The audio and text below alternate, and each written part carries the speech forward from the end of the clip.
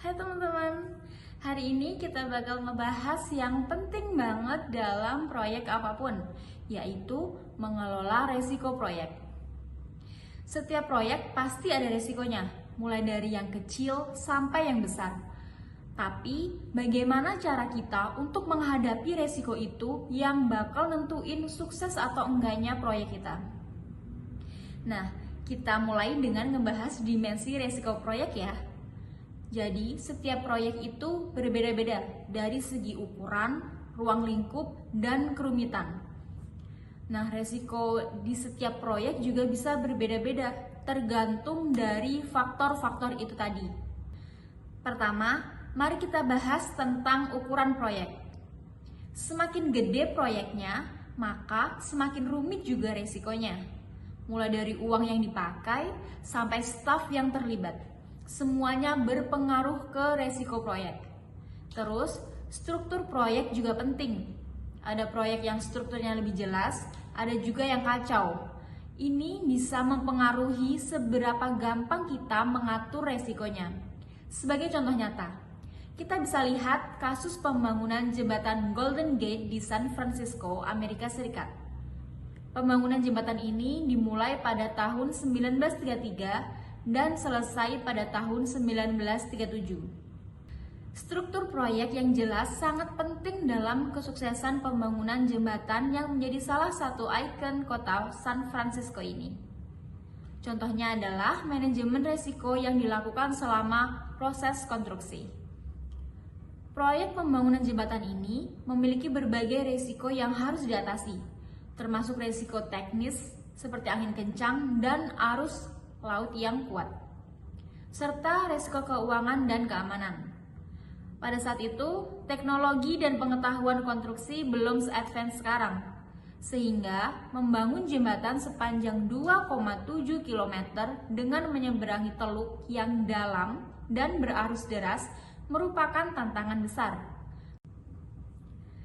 Namun, manajer proyek dan tim teknis berhasil mengatasi risiko ini dengan merancang struktur yang kokoh dan memperhitungkan faktor-faktor lingkungan yang ada.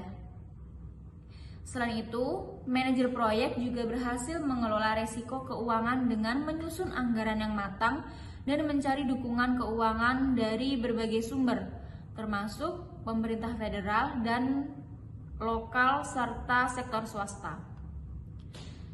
Dengan struktur proyek yang jelas dan manajemen risiko yang baik, pembangunan jembatan Golden Gate dapat diselesaikan tepat waktu dan dengan kualitas yang tinggi. Menjadi salah satu landmark yang paling terkenal di dunia dan tetap menjadi simbol kemajuan teknologi dan manajemen proyek yang luar biasa. Gak kalah pentingnya adalah tingkat pengalaman dengan teknologi. Risiko proyek bisa naik kalau timnya kurang ahli dalam bidang teknis. Kalau timnya nggak kenal banget sama teknologi yang dipakai, bisa-bisa proyeknya bermasalah atau makan waktu lama buat diselesaikan. Di dunia yang terus berkembang ini, kita memang sudah semestinya selalu siap belajar hal-hal baru. Selain itu, ada juga manajemen perubahan dan konsep implementasi. Saat kita ngeluarin atau ubah sistem informasi, itu bisa berdampak ke organisasi secara keseluruhan. Kalau proses perubahannya nggak diatur dengan baik, bisa-bisa proyeknya gagal. Untuk menghadapi semua resiko ini, penting banget buat kita cek proses implementasinya dengan teliti. Proses ini meliputi semua kegiatan buat mengadopsi, mengatur, dan melakukan inovasi sistem informasi jadi bagian rutin dari kerjaan sehari-hari. Oke, terus gimana cara kita untuk menghadapi resiko-resiko itu? Yuk kita eksplorasi lebih lanjut bareng-bareng.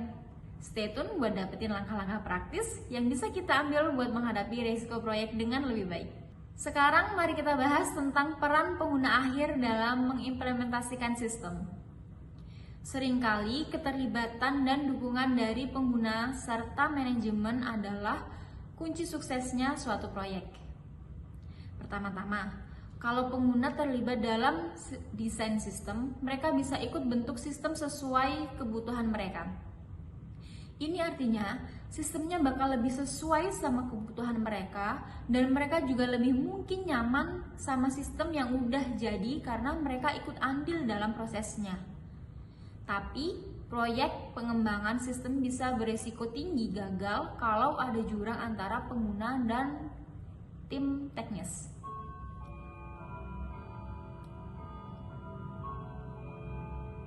Ini bisa bikin pengguna merasa nggak nyaman dan kehilangan minat dalam proyek. Oleh karena itu, penting banget buat pastiin kolaborasi yang baik antara pengguna dan tim teknis. Selanjutnya, dalam mengendalikan risiko, udah ada berbagai metode dan strategi yang dikembangin. Ini meliputi mengumpulkan kebutuhan pengguna, perencanaan yang matang, serta memastikan peran yang tepat buat pengguna selama proses pelaksanaan. Langkah pertama buat mengelola risiko proyek adalah dengan mengidentifikasi risiko yang mungkin muncul. Dengan begitu, kita bisa melakukan penanganan yang sesuai. Terus, mari kita bahas tentang mengelola kompleksitas teknis. Proyek dengan teknologi yang rumit butuh pemimpin yang bisa atur kompleksitasnya dengan baik. Mereka juga harus pastiin kalau timnya punya keterampilan teknis yang cukup dan dukungan yang memadai. Terakhir, perencanaan formal dan penggunaan alat kontrol formal sangat membantu buat memantau dan mendokumentasikan proyek. Gantt chart dan graphic path adalah dua metode yang umum digunakan. Jadi dengan menggabungkan keterlibatan pengguna, kontrol risiko, mengelola kompleksitas teknis, dan perencanaan yang matang, kita bisa tingkatkan kesuksesan proyek kita. Mungkin kalian masih bingung apa yang dimaksud dengan Gantt chart dan graphic path. Jadi gini, bayangin kamu punya proyek besar yang mau kamu kerjain. Nah, buat ngerapiin kerjaanmu, kamu bisa pakai dua alat itu, bagan Gantt dan bagan path atau Project Evaluation and Review Technique.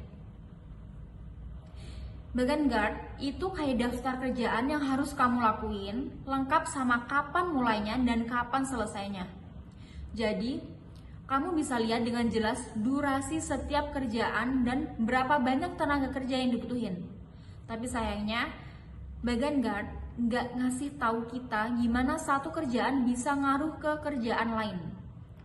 Contohnya kayak gini.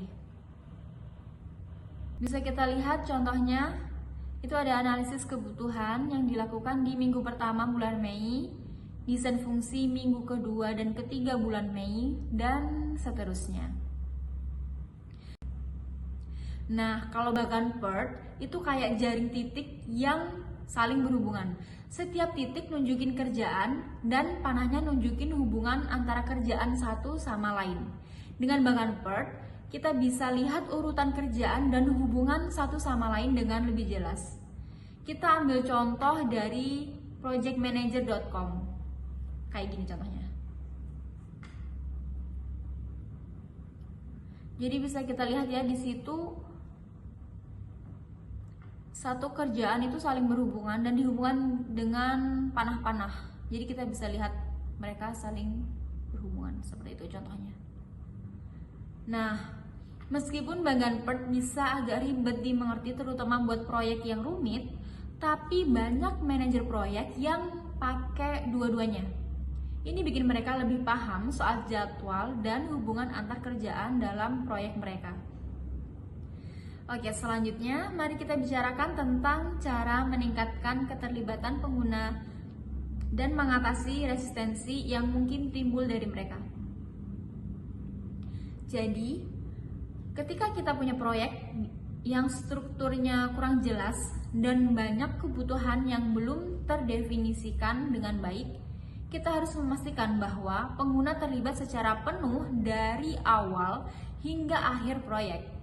Ini berarti mereka harus terlibat dalam semua tahapan, mulai dari memilih desain hingga berkomitmen dengan pilihan yang sudah ditentukan. Salah satu cara untuk melakukan ini adalah dengan menggunakan alat integrasi eksternal.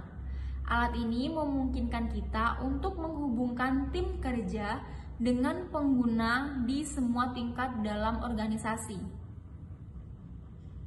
Dengan begitu, pengguna dapat menjadi bagian aktif dari tim proyek, mengambil peran kepemimpinan, dan bahkan mengambil alih tanggung jawab instalasi dan pelatihan. Contoh alat integrasi eksternal yaitu Microsoft Teams. Microsoft Teams merupakan platform kolaborasi yang memungkinkan tim proyek untuk berkomunikasi, berbagi file, dan bekerja sama dengan satu lingkungan terpadu. Dengan Microsoft Teams, pengguna dari berbagai tingkatan dalam organisasi dapat terlibat secara aktif dalam proyek, mengambil peran kepemimpinan, dan bahkan membantu dalam proses instalasi dan pelatihan terkait proyek tersebut.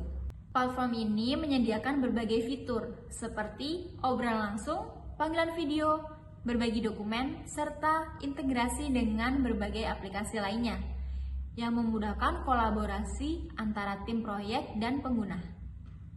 Melibatkan pengguna dari awal sangat penting karena ini memastikan bahwa kebutuhan dan preferensi mereka dipertimbangkan secara langsung dalam proses pengembangan proyek. Selain itu, ini juga membantu dalam membangun dukungan yang kuat dari pengguna untuk sistem atau perubahan yang diusulkan.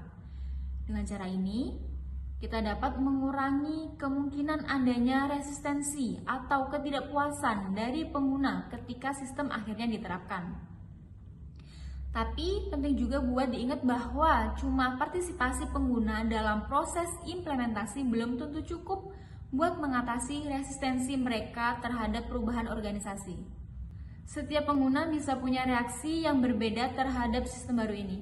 Ada yang senang karena ngerasa ada perubahan yang bermanfaat buat mereka, tapi ada juga yang menolak karena ngerasa sistem baru ini akan merugikan mereka. Kalau pengguna sistem ini sukarela, mungkin ada yang bakal nyoba hindarin. Tapi kalau wajib, bisa aja mereka bakal ngelawan dengan cara nambah kesalahan, ganggu, atau bahkan sabotase. Jadi, kita harus punya strategi buat mengatasi hal ini.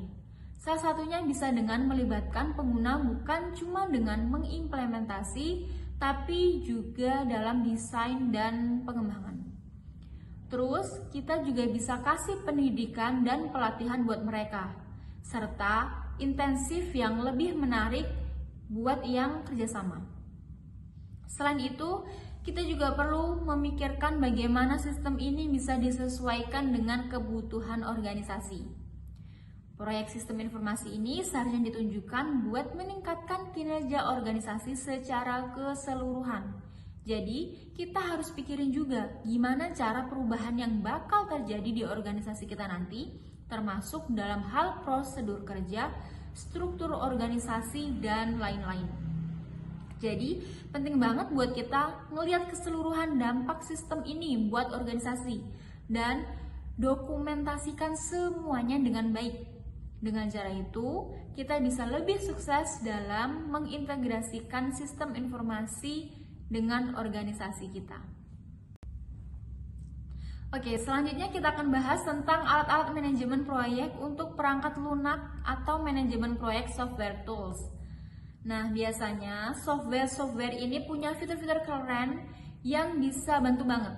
Mereka bisa ngatur kegiatan-kegiatan, sumber daya, tanggal mulai dan akhir, melacak kemajuan proyek, bahkan bantu modifikasi kegiatan dan sumber daya. Banyak dari alat-alat ini juga bisa otomatis bikin Gantt chart dan bagan PERT. Jadi kamu nggak perlu repot-repot bikin sendiri. Ada beberapa alat yang memang canggih banget dan cocok buat kelompok kerja besar atau proyek yang kompleks. Salah satunya adalah Microsoft Office Project 2010. Ini bisa dipakai di PC dan punya fitur-fitur keren. Seperti bikin bagan PERT, Gantt chart, ngatur alokasi sumber daya, ngelacak proyek, dan laporan status. Selain itu, project juga bisa ngecek perubahan di satu aspek proyek yang bisa mempengaruhi yang lainnya. Kalau pakai barengan dengan Microsoft Office Project Server 2010, kita bisa manajemen proyek secara kolaboratif. Project server ini bisa nyimpen data proyek di database pusat dan memungkinkan akses data lewat internet. Plus dia juga terintegrasi dengan Microsoft Windows SharePoint Service buat kolaborasi. Fitur-fitur ini membantu banget buat perusahaan besar yang punya proyek di banyak lokasi. Tapi ada juga produk lain seperti Easy Project Net dan Vertebase yang bagus buat perusahaan yang butuh alat manajemen proyek yang bisa diakses lewat web. Nah, kita sudah menjelajahi berbagai konsep dalam manajemen proyek, mulai dari mengelola resiko, peran pengguna, hingga alat-alat manajemen proyek yang tersedia. Penting untuk diingat bahwa setiap proyek memiliki tantangannya sendiri dan kemampuan untuk mengelolanya dengan baik akan menjadi kunci keberhasilan. Dalam menghadapi resiko, keterlibatan pengguna, dan memilih alat yang tepat, kita dapat meningkatkan peluang kesuksesan proyek kita. Namun, di balik semua konsep dan teknik, ada satu hal yang terpenting, yaitu kolaborasi dan komunikasi yang baik antara semua pemangku kepentingan proyek. Dengan kerjasama yang baik, tim proyek dapat mengatasi rintangan-rintangan yang muncul dan mencapai tujuan proyek dengan lebih efektif. Jadi, mari terus berusaha bersama dan jangan ragu untuk terus belajar dan meningkatkan keterampilan manajemen proyek kita. Terima kasih sudah menonton video ini sampai selesai. Semoga pengetahuan yang kita dapatkan dapat bermanfaat dalam proyek-proyek kita ke depan. Sampai jumpa dan tetap semangat mengelola proyek. Bye-bye.